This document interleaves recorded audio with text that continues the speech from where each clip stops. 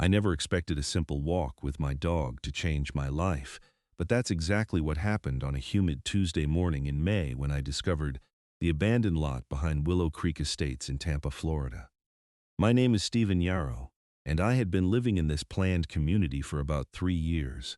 The neighborhood was typical suburban Florida, rows of identical houses painted in approved pastel colors, perfectly manicured lawns maintained according to strict HOA guidelines, and zero tolerance for anything that might lower property values. I had purchased my 3-bedroom home here after my divorce, thinking the structured environment would be good for me. What I didn't realize was how the Willow Creek Estates Homeowners Association would micromanage every aspect of our lives, from the exact shade of white we could paint our mailboxes to the specific breeds of dogs we were allowed to own.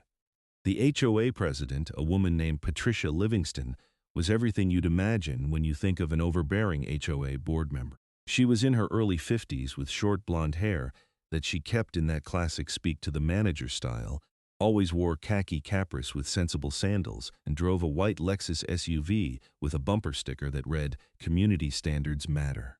Patricia took her role as HOA president with the seriousness of a military general, conducting neighborhood patrols in her golf cart at least twice daily, clipboard in hand, documenting every minor infraction she could find.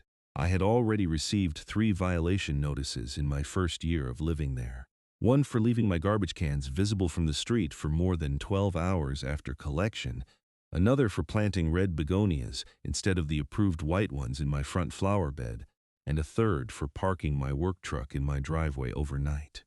That last one particularly annoyed me since I ran a small construction business and needed my truck accessible for early morning jobs.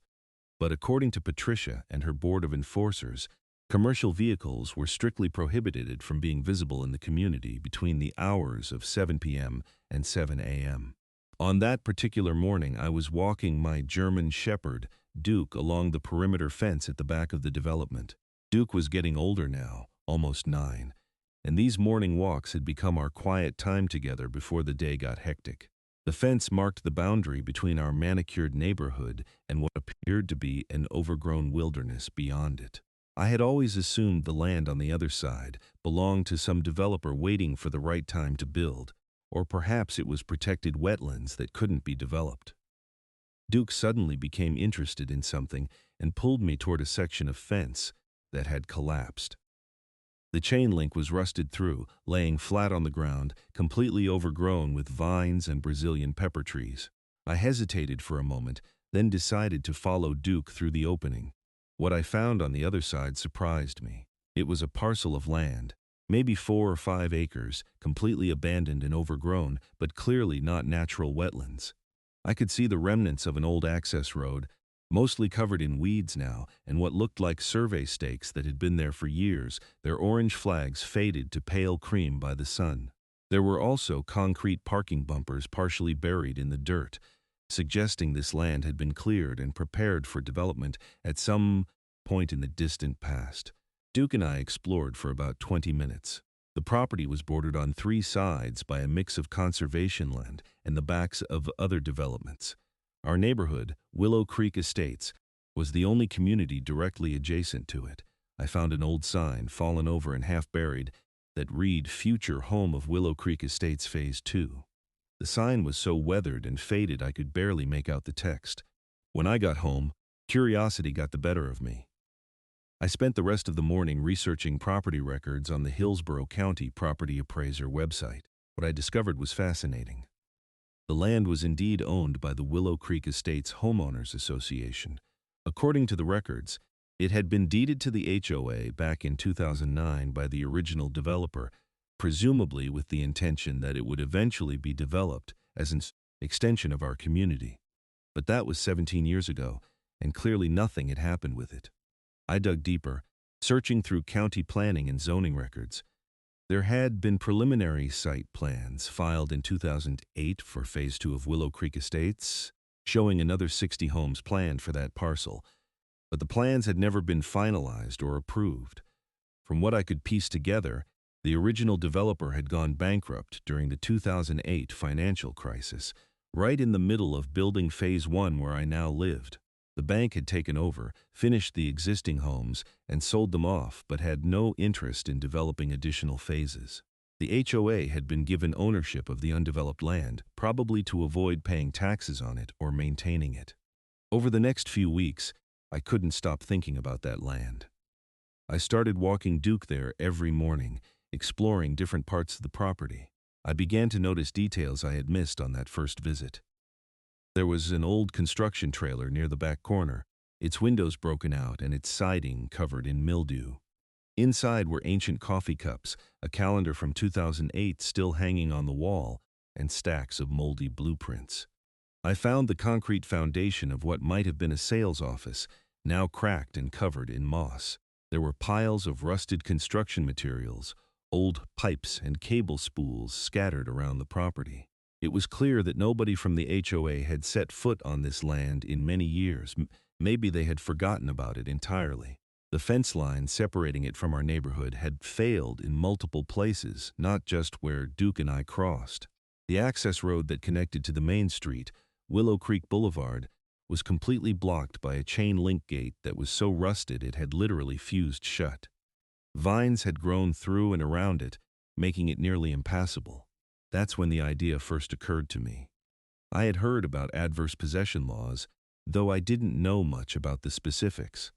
The concept was simple enough. If you openly possessed and maintained someone else's abandoned property for a certain period of time, and the owner didn't object or take action, you could potentially claim legal ownership of that property. Different states had different requirements and time periods. I had no idea what Florida's laws were, but I decided to find out. I spent an evening researching Florida adverse possession law. What I learned was both encouraging and daunting. Florida required 7 years of continuous, open, and notorious possession of property, along with payment of property taxes during that time, for an adverse possession claim with color of title. Without color of title, which meant without some document that appeared to give you ownership rights, the requirement was 7 years. But there was a longer statute of limitations for certain situations. The key elements were that the possession had to be actual, exclusive, open, notorious, continuous, and hostile, meaning without permission from the owner. 7 years was a long time, but according to the property records I had found, the last recorded activity on that parcel by the HOA was in 2009 when they had accepted the deed. There was no record of property tax payments, no maintenance activities, no permits or applications, nothing. If the HOA had truly abandoned this property for the past 17 years, and if I could establish and maintain possession of it for 7 years while paying the property taxes, I might actually be able to claim ownership through adverse possession. The idea was crazy. The land was probably worth several $100,000, maybe more given Tampa's booming real estate market. But the more I thought about it, the more feasible it seemed. The HOA clearly had no interest in the property. They weren't maintaining it, weren't paying taxes on it, and based on the state of complete abandonment, weren't even aware they still owned it. Patricia and her board were so focused on harassing homeowners about the color of their mailboxes that they had completely forgotten about a 5-acre parcel sitting right behind the neighborhood. I decided to talk to a lawyer before doing anything. I found a real estate attorney named Marcus Chen who practiced in Tampa and specialized in property disputes. His office was in a modern building downtown, all glass and steel, which made me nervous about how much he might charge. But when I explained my situation over the phone, he sounded intrigued and agreed to meet with me for a consultation. Marcus was younger than I expected, probably in his mid-30s, with sharp eyes and an easy manner that put me at ease. I showed him the property records I had printed out, photos I had taken of the abandoned land, and my research on Florida adverse possession law. He studied everything carefully, then leaned back in his chair. "This is interesting, Stephen. Very interesting. The HOA has clearly abandoned this property. The question is whether you can establish all the elements necessary for adverse possession." "What are my chances?" I asked. "Honestly, better than you might think. The property is clearly abandoned and has been for a very long time. 17 years of complete neglect is pretty damning. If you can establish open, notorious, and continuous possession for 7 years, and pay the property taxes during that time, you'd have a legitimate claim. The challenge is that the HOA will fight you once they realize what's happening. But they haven't paid attention to this land in nearly 2 decades, I said. That's true, but the moment you file an adverse possession claim, they'll suddenly care very much, and they'll have resources to fight you. HOA boards have access to association funds, which means they can afford expensive lawyers. This could turn into a real battle. I thought about that. What if they don't even notice what I'm doing? I mean, they haven't noticed this land exists for 17 years. Marcus smiled. That's the beauty of adverse possession. It has to be open and notorious, meaning you can't hide what you're doing. But if the owner is negligent enough not to notice, that's their problem. You just need to make sure you're documenting everything you do on that property, keeping meticulous records, and paying those property taxes every year. So you think I should do this?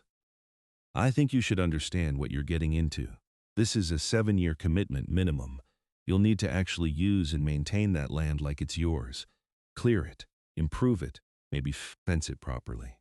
You can't just claim it, you have to possess it. And when you finally file your adverse possession lawsuit, you'll need to be prepared for a legal fight. The HOA won't just hand over 5 acres of valuable land without a battle. We discussed the specifics of what I would need to do.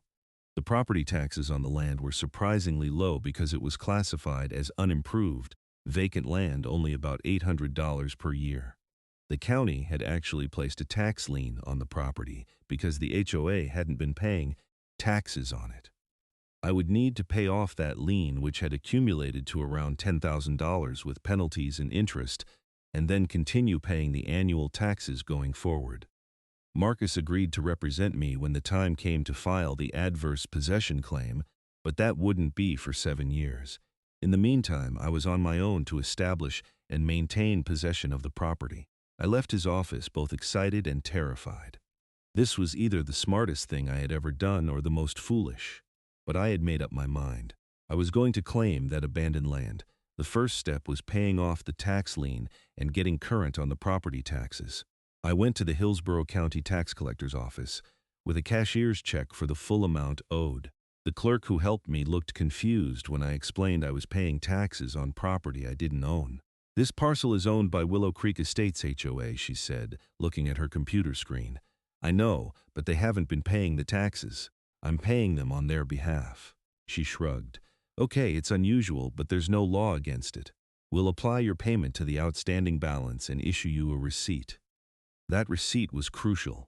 It was documentation that I had begun paying property taxes on the land, one of the key requirements for adverse possession in Florida.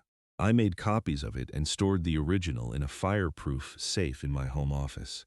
The next phase was taking actual possession of the land. I started slowly, not wanting to draw attention too quickly.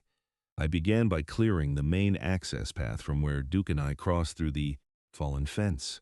I used a machete and pruning shears to cut back the overgrown vegetation, creating a clear trail about 6 feet wide that led from our neighborhood into the heart of the property. It took me 3 weekends of hard work, but eventually I had a passable path. Then I started clearing the old construction debris. I rented a dumpster and spent several weeks hauling out all the rusted pipes, old building materials, and trash that had accumulated over the years. I broke apart and removed the old construction trailer, which had become nothing more than a rotting eyesore and probably a safety hazard. I filled 3 dumpsters with debris from that property. Duke loved our extended visits to the land. For him, it was like having a private dog park. I brought a portable water bowl, and we would spend hours out there on weekends while I worked on clearing and improving the property. He would explore, chase lizards, and nap in the shade while I sweated in the Florida heat, slowly transforming the abandoned lot into something that looked cared for. I was careful to document everything. I took photos every week showing the progress I was making. I kept receipts for the dumpster rentals, the tools I purchased, and every expense related to improving the property. I started a detailed journal noting every visit to the land, what work I did, and how many hours I spent there. This documentation would be critical when I eventually filed my adverse possession claim. After about 6 months of regular clearing and maintenance, the property was starting to look dramatically different. The main cleared area was probably 2 acres now, with the remaining 3 acres in the back still overgrown but at least accessible. I had found the property corners and marked them with bright orange paint on the trees. I installed a proper gate where the old rusted one had been, though I didn't lock it. The point was to show I was maintaining the property, not to keep people out. That would undermine the open and notorious requirement. That's when Patricia noticed. I was working on the property one Saturday morning, using a brush cutter to clear more of the undergrowth when I heard her voice behind me. Excuse me, what do you think you're doing?" I turned off the brush cutter and turned around. Patricia was standing at the edge of the cleared area, hands on her hips, her face red with what I assumed was anger. She was wearing her typical HOA patrol outfit, khaki capris and a polo shirt with the Willow Creek Estates logo embroidered on it. "Hi, Patricia," I said calmly. "I'm clearing this land. This is HOA property. You have no right to be here." I had prepared for this moment. Actually, this appears to be abandoned property. I haven't seen any HOA maintenance or activity here. I'm just cleaning it up. It's not abandoned. It belongs to the association. And you're trespassing. "Have you been maintaining this property?" I asked, looking around at the work I had already done, because it doesn't look like anyone's touched this land in decades. Patricia's face got even redder. "That's none of your business. This property belongs to the HOA and I'm ordering you to leave immediately." "I'll leave for today," I said, staying calm, "but I'll be back. This land has been abandoned for almost 20 years. Someone needs to take care of it. We'll see about that." Patricia stormed off, pulling out her cell phone as she walked away. I could hear her already calling someone, probably the other board members, reporting this outrage. I wasn't worried. I had expected this confrontation eventually. In fact, it was good that it happened sooner rather than later. Her reaction and her statement that it was HOA property were actually helpful for my adverse possession claim. It established that my possession was hostile, meaning without permission, and that the HOA was aware of my presence but chose not to take meaningful action to stop me. The next week, I received a certified letter from the HOA's attorney.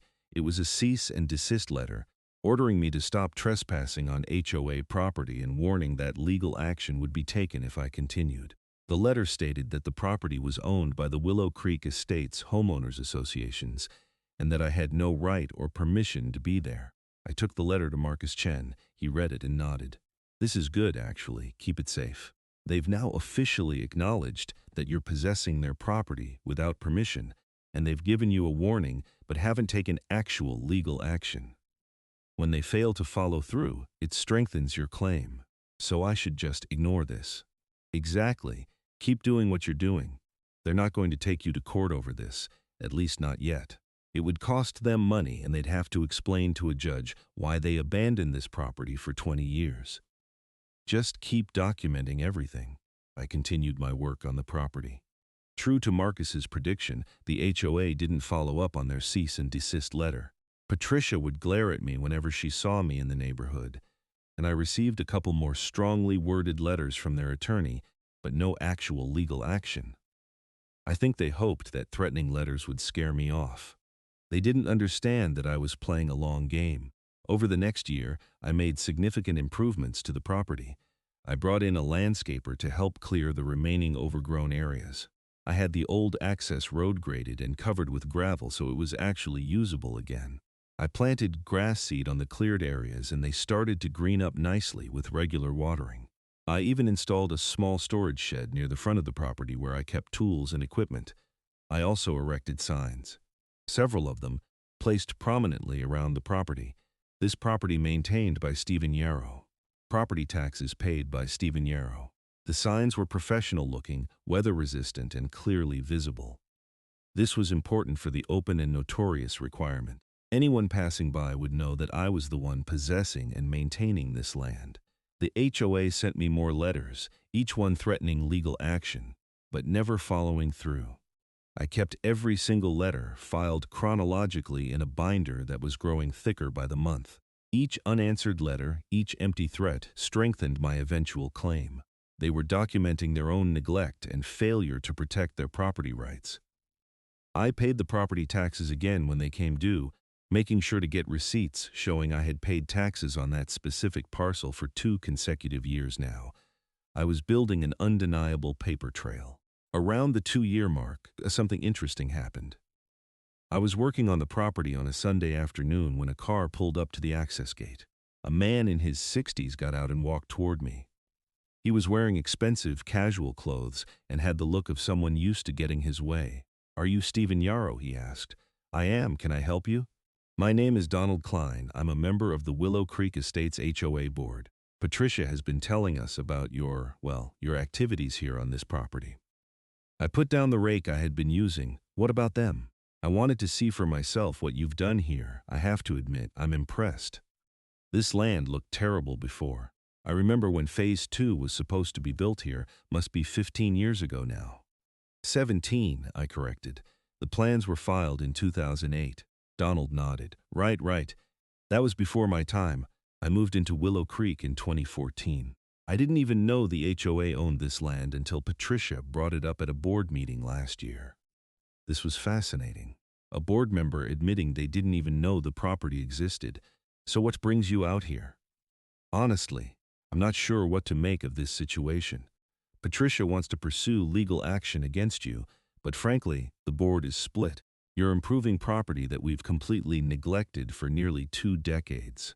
Some of us think we should just let you keep doing what you're doing." "That's very reasonable of you," I said carefully. "On the other hand, this is HOA property, and we have a fiduciary duty to the homeowners to protect association assets. If we just let you take over this land, we could be held liable." I decided to be honest with him. "Donald, I'll tell you what I'm doing. I'm establishing an adverse possession claim. I've been paying property taxes on this land, maintaining it openly and continuously, and documenting everything. Florida law says that after 7 years of this, I can file a lawsuit to claim ownership of abandoned property." His eyes widened. "You're trying to steal HOA property?" "I'm claiming abandoned property that the HOA forgot existed and refused to maintain. There's a difference. Adverse possession exists precisely for situations like this, to prevent landowners from letting valuable property go to waste and to reward people who actually care for and improve it." Donald was quiet for a moment. "How long have you been doing this?" "Just over 2 years." "So you have 5 more years to go?" "About that, yes." He looked around at the cleared and maintained property, at the graded road, the healthy grass growing in the cleared areas, the signs I had posted. "You've done good work here. But you understand the board can't just let you take this land without a fight." "I understand. But I also understand that the HOA has completely abandoned this property for 17 years. You didn't even know it existed until I started improving it. A court will see that." Donald shook his head, but he was smiling slightly. "You've got guts, I'll give you that. For what it's worth, I think Patricia has been a terrible HOA president. Too focused on petty violations, and not focused enough on real issues like this abandoned property. But this is going to get ugly when you actually file your claim." "I know. I have a lawyer ready." We talked for a few more minutes. Donald was actually a decent guy, or at least more reasonable than Patricia. Before he left, he surprised me by saying, off the record, "I hope this works out for you. This land should belong to someone who actually cares about it." After Donald left, I felt encouraged. If some board members were reasonable, maybe the fight wouldn't be as bad as I anticipated. But I was wrong about that, very wrong. Year 3 came and went without major incident. I continued my routine of maintaining the property, paying taxes, and documenting everything. The land was now almost entirely cleared and maintained like a park. I had created walking trails throughout, installed park benches I bought from a salvage yard, and even planted some native Florida trees and shrubs to improve the ecosystem. People from the neighborhood started using the trails, walking their dogs there like I did with Duke. This was perfect for my adverse possession claim because it showed the property was being openly used and possessed, and that the public had access to it through my efforts, not the HOA's. But in year 4, things escalated dramatically. Patricia had apparently convinced the board to take more aggressive action. I received a summons for a lawsuit. The Willow Creek Estates HOA was taking me to court, not for adverse possession yet, but for trespassing and seeking an injunction to prevent me from accessing the property. I immediately contacted Marcus Chen. He reviewed the lawsuit and looked concerned. "This is the fight I warned you about. They're trying to stop you before you reach the 7-year mark. If they can get an injunction preventing you from accessing the property, it breaks the continuity of your possession, and you'd have to start over." "Can they do that?" "They can try. We'll have to argue that they've abandoned their property rights through years of neglect and that they can't suddenly claim those rights now just because someone else is taking care of their property. It's going to be tough, but we have a good argument." The court date was set for 2 months later. Those were 2 stressful months. I continued maintaining the property, but I was constantly worried that a judge might order me to stop. Everything I had worked for over the past 4 years could be wiped out with one ruling. Marcus and I prepared thoroughly for the hearing. We put together binders of documentation showing every visit I had made to the property, every improvement, every dollar spent. We had photos showing the progression from overgrown abandoned lot to maintained parkland. We had the receipts for property taxes I had paid. We had copies of all the letters from the HOA threatening action, but never following through. And we had the letter from the tax collector showing the property had a tax lien when I started paying taxes on it, proving the HOA had been neglecting even their basic financial obligations regarding this property. The hearing was held at the Hillsborough County Courthouse in downtown Tampa. It was a hot August morning, and the air conditioning in the courthouse was struggling to keep up. The courtroom was older, with wooden benches and high ceilings, presided over by Judge Rachel Morrison, a no-nonsense woman in her late 50s. The HOA was represented by a lawyer named Thomas Brennan from a firm that specialized in HOA law.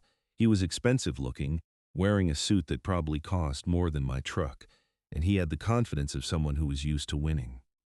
Brennan went first, arguing that I was a trespasser on HOA property and that my actions, however well-intentioned, constituted a continuing violation of the HOA's property rights. He asked the judge to issue an injunction immediately preventing me from accessing the property and to order me to cease all activities there. Then it was Marcus's turn. He was brilliant. He didn't just defend my actions.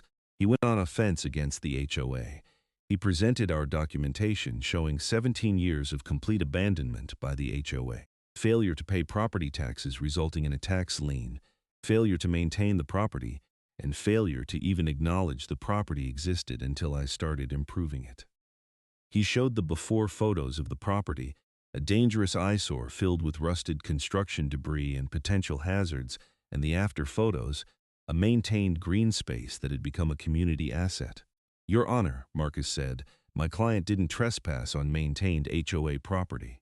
He rescued an abandoned toxic waste site that the HOA had forgotten existed. For 4 years, he has invested his own time and money into improving this land, making it safe, paying taxes the HOA refused to pay, and creating a community amenity that benefits everyone in the neighborhood.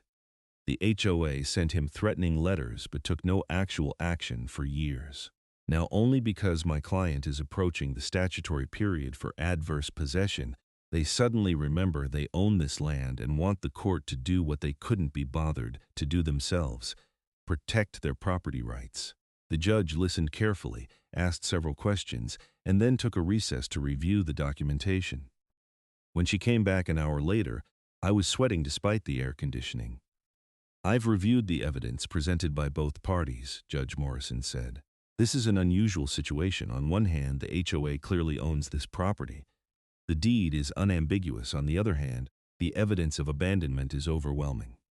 The HOA failed to maintain this property for nearly 2 decades, failed to pay property taxes resulting in a lien, and took no meaningful action to protect their property rights until 4 years after Mr. Yarrow began his improvements." My heart was pounding. The law of adverse possession exists precisely for situations like this. It discourages landowners from abandoning property and rewards those who actually possess and improve land. While Mr. Yarrow hasn't yet met the statutory period for an adverse possession claim, he is clearly building toward one. The question before me is whether to grant the HOA's request for an injunction preventing him from continuing. Judge Morrison paused. Looking at both lawyers, "I'm going to deny the HOA's request for an injunction. Mr. Yarrow has been improving this property openly for 4 years. The HOA had ample opportunity to take action but chose not to until now. I'm not going to reward that neglect by preventing Mr. Yarrow from continuing what he's been doing. However, I want to be clear that this ruling doesn't grant Mr. Yarrow any ownership rights. It simply declines to stop him from continuing his current activities.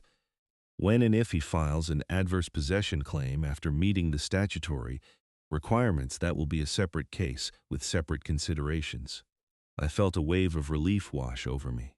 Marcus had to put a hand on my shoulder to keep me from reacting too obviously. We had won, at least this battle.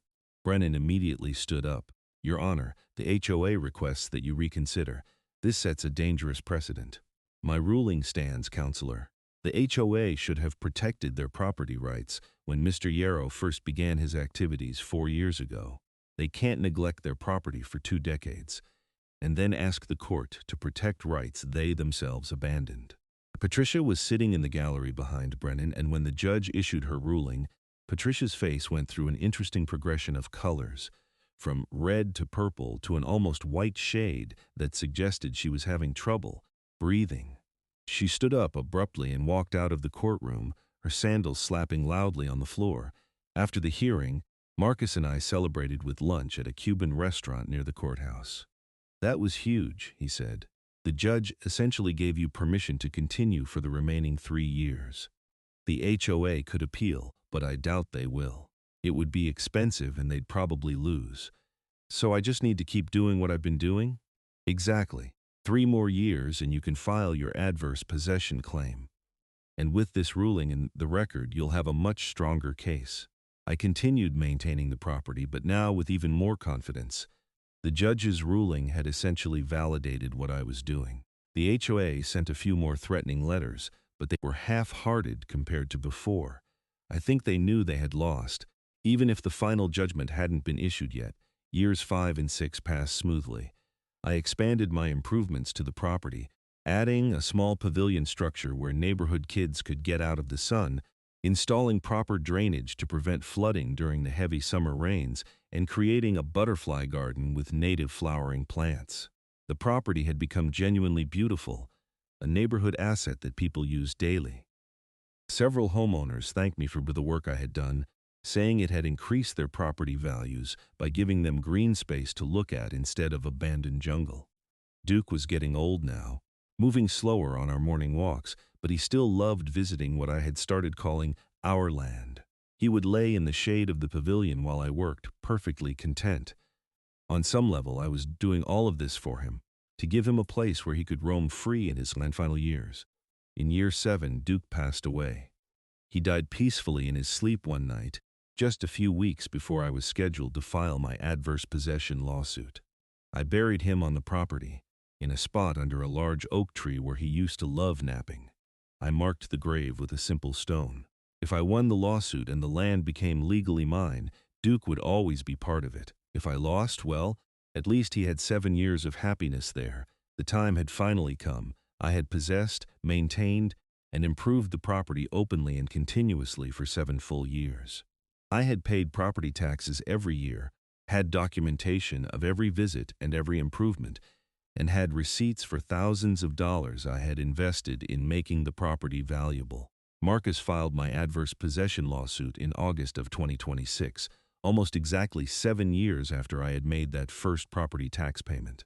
The lawsuit named the Willow Creek Estates Homeowners Association as the defendant and asked the court to grant me full ownership of the 5-acre parcel based on my 7 years of adverse possession. We included hundreds of pages of documentation, photos, receipts, my detailed journal, and copies of all correspondence with the HOA, including their threatening letters and their failed injunction attempt. The HOA responded aggressively. They hired an even more expensive law firm, one that specialized in major property disputes, and filed a response denying all of my claims. They argued that their cease and desist letters constituted sufficient action to protect their property rights, that my possession was not truly adverse because I had used portions of their property before I started my adverse possession attempt, and that the judge in the previous injunction hearing had specifically stated I had no ownership rights. This was going to be a real legal battle. Marcus warned me it could take a year or more for the case to work through the court system, and that the HOA would fight every step of the way. They were right about that. The next 8 months involved extensive discovery, depositions, and multiple pretrial motions. During my deposition, the HOA's lawyer, a sharp woman named Victoria Cross, tried to trip me up on the details of my property maintenance. She asked detailed questions about specific dates, specific improvements, trying to find inconsistencies in my story or gaps in my possession of the property. But I had my journals, my photos, and my receipts. For every question she asked, I had documentation to back up my answer. "Mr. Yarrow," Victoria said during one heated exchange, "isn't it true that you began this whole scheme as a way to get revenge on the HOA for the violation notices you received?" "No," I said calmly. "I began this because I found a beautiful piece of land that had been completely abandoned, and I thought someone should take care of it. The fact that the HOA had been harassing me about garbage cans and flowers made me less sympathetic to them, but that's not why I did this. You admit you had a negative relationship with the HOA before you started trespassing on their property. I admit the HOA seemed more interested in petty violations than in managing several $1 million worth of abandoned real estate they owned. That's not a negative relationship, that's an observation." Marcus was also deposed, as was Patricia Livingston. Patricia's deposition was apparently a disaster for the HOA.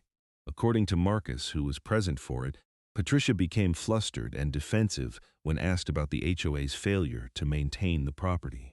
She couldn't explain why the board hadn't paid property taxes on the land, why they hadn't maintained it, or why they hadn't taken meaningful legal action against me for the first 4 years.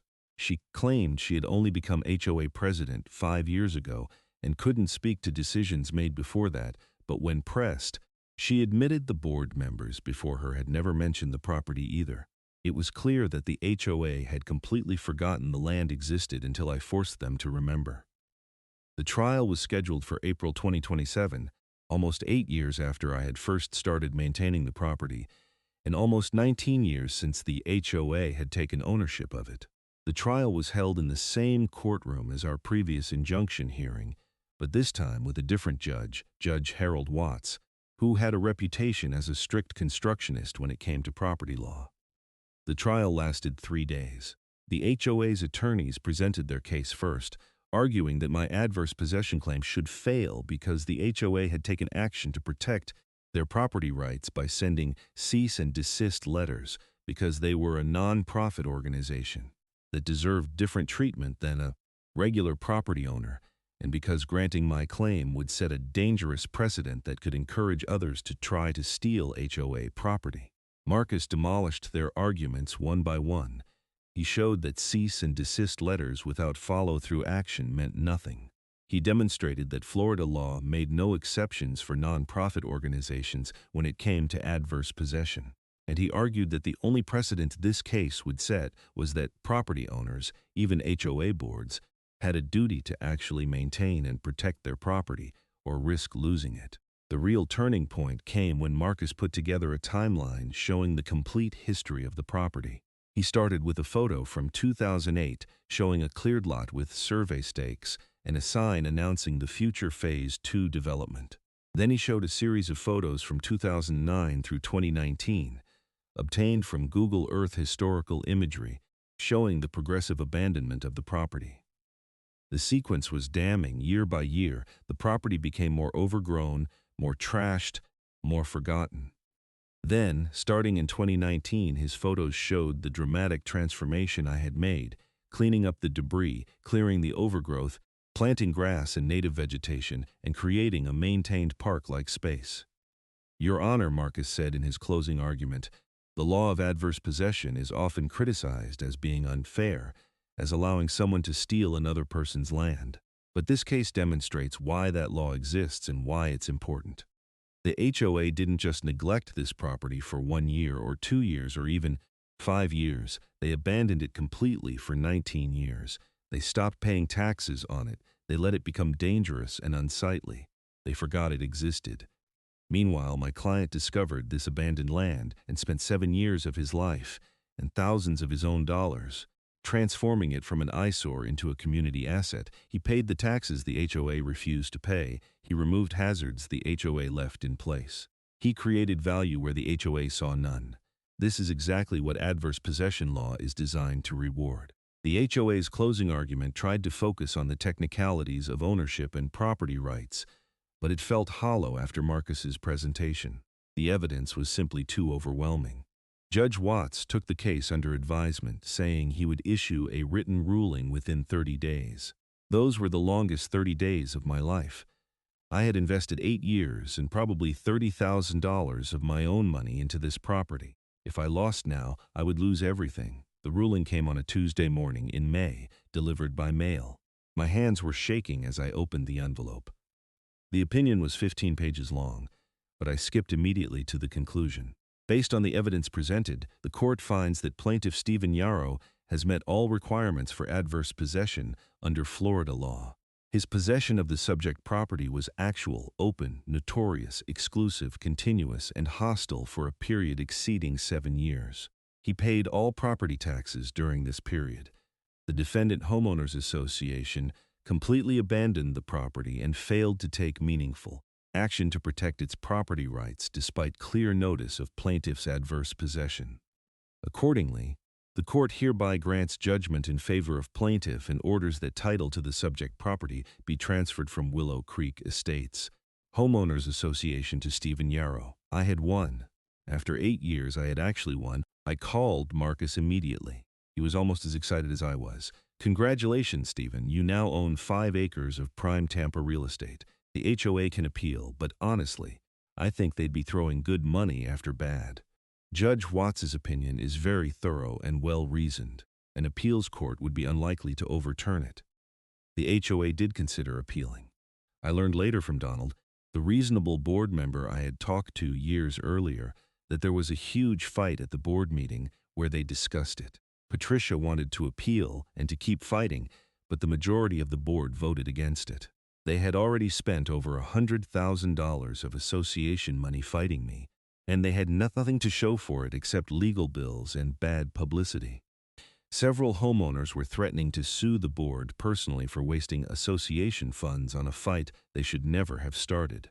2 weeks after Judge Watts issued his ruling, I received a formal letter from the HOA's attorney stating they would not appeal. The property was mine. Patricia resigned as HOA president shortly after. I heard through the neighborhood gossip network that she and her husband were putting their house up for sale and moving out of Willow Creek Estates. She couldn't face the daily reminder of her failure every time she saw my property. The legal transfer of the title took another month to work through the county's bureaucracy. But finally, in June of 2027, I received my official deed. I owned 5 acres of beautiful, maintained land in Tampa, Florida. The property was probably worth at least $600,000, maybe more given how hot the Tampa real estate market had been. But I had no intention of selling it. This land had become more than just a real estate investment to me. It was a place where I had poured 8 years of my life, where my dog Duke was buried, where I had fought and won against an overbearing HOA that thought they were above the law. I decided to keep the property as open space, maintained and accessible to the neighborhood, a reminder that abandoned property doesn't stay abandoned forever if someone is willing to fight for. I did make one significant change, though. I hired a contractor to install a proper entrance with a gate and a large sign. The sign read, "Duke's Park, maintained by Stephen Yarrow, private property open to public use." Donald Klein, who was now serving on the HOA board in a much more reasonable administration after Patricia's departure, came by to see the sign on the day it was installed. "That's a nice touch," he said, smiling. "Naming it after your dog. He loved this place," I said. "Seemed fitting. You know, in a weird way, this whole situation has been good for the HOA." Patricia's defeat and resignation led to a complete overhaul of the board.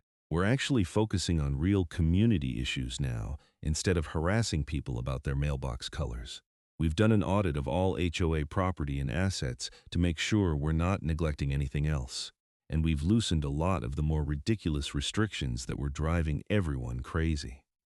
"I'm glad something good came from it," I said.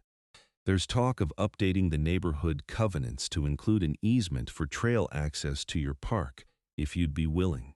Make it official that residents can use the trails you've built. I thought about it. I'd be open to that. This was never about keeping people out. It was about making sure someone was taking care of the land. We worked out an agreement over the following weeks.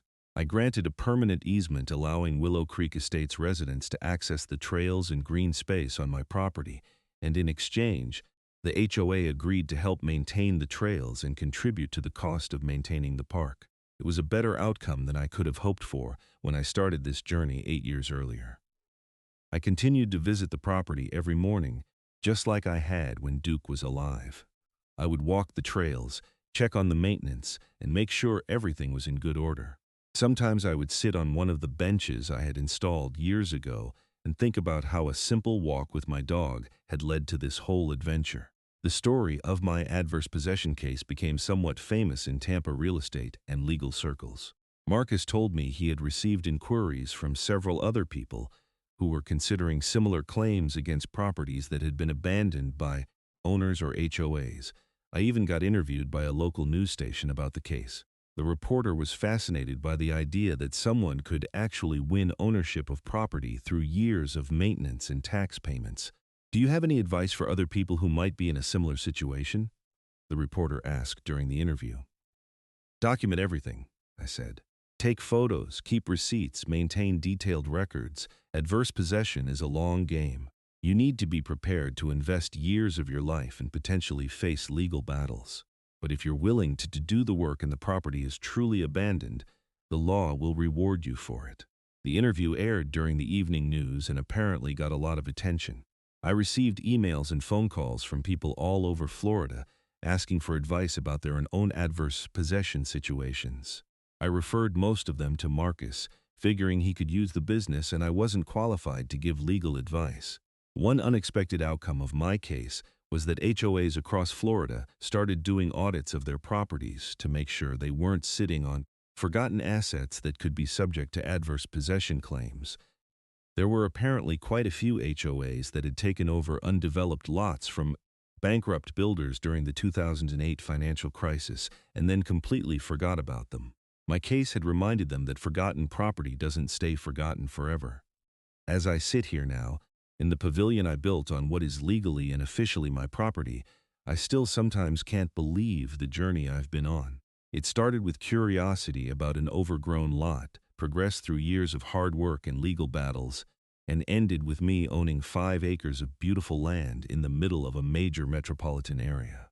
The property is probably worth close to $1 million now, given how much Tampa real estate has appreciated over the past few years. But the value isn't why I fought for it. I fought for it because it was the right thing to do. The land was abandoned, neglected, forgotten. Someone needed to take care of it, and I was willing to put in the work. The law of adverse possession, which seems so strange and counterintuitive at first, actually makes perfect sense when you see it in action. Land shouldn't sit abandoned and neglected just because the owner can't be bothered to maintain it. If someone is willing to openly possess and improve that land, paying taxes and investing their resources, they deserve to own it. The HOA thought they could bully me into submission with threatening letters and lawsuits. Patricia Livingston, with her clipboard and her golf cart and her petty violations, thought she could intimidate me. But they underestimated how stubborn I could be when I believed I was right. And ultimately, the law agreed with me. I have no regrets about the 8 years I spent fighting for this property.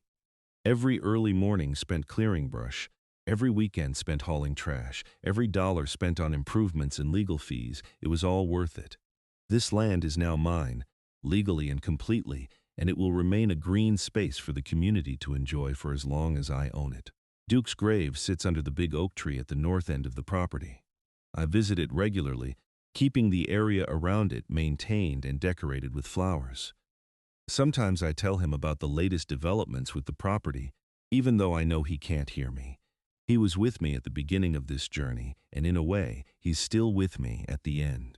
The story of how I won 5 acres of land from an HOA through adverse possession has become part of neighborhood lore. New residents moving into Willow Creek Estates hear about it and often come to introduce themselves and thank me for creating the park.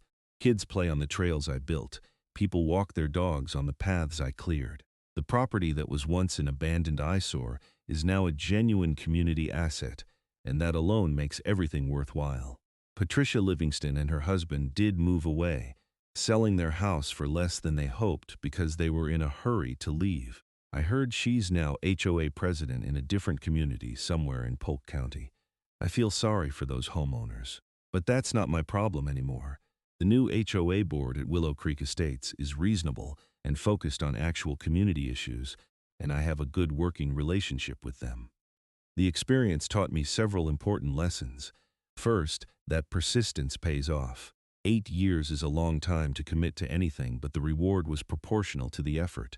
Second, that documentation is everything. Without my meticulous records and receipts, I would never have won my case. Third, that standing up to bullies, even institutional bullies like HOAs, is possible if you're willing to fight and you have the law on your side. And finally, I learned that the legal system, for all its flaws, can still work justice in the right circumstances. Judge Watts could have ruled against me. He could have decided that the HOA's paper ownership trumped my years of possession and improvement. But he understood the purpose and intent of adverse possession law, and he ruled accordingly. That restored some of my faith in the legal system. Looking back on everything that happened, from that first morning when Duke pulled me through the broken fence to the day I received my deed, it feels almost surreal. I went from being just another homeowner being harassed by an overbearing HOA to being the owner of a 5-acre parcel of prime real estate in Tampa. The transformation of the property itself mirrors my own transformation. What was overgrown and abandoned became maintained and valuable.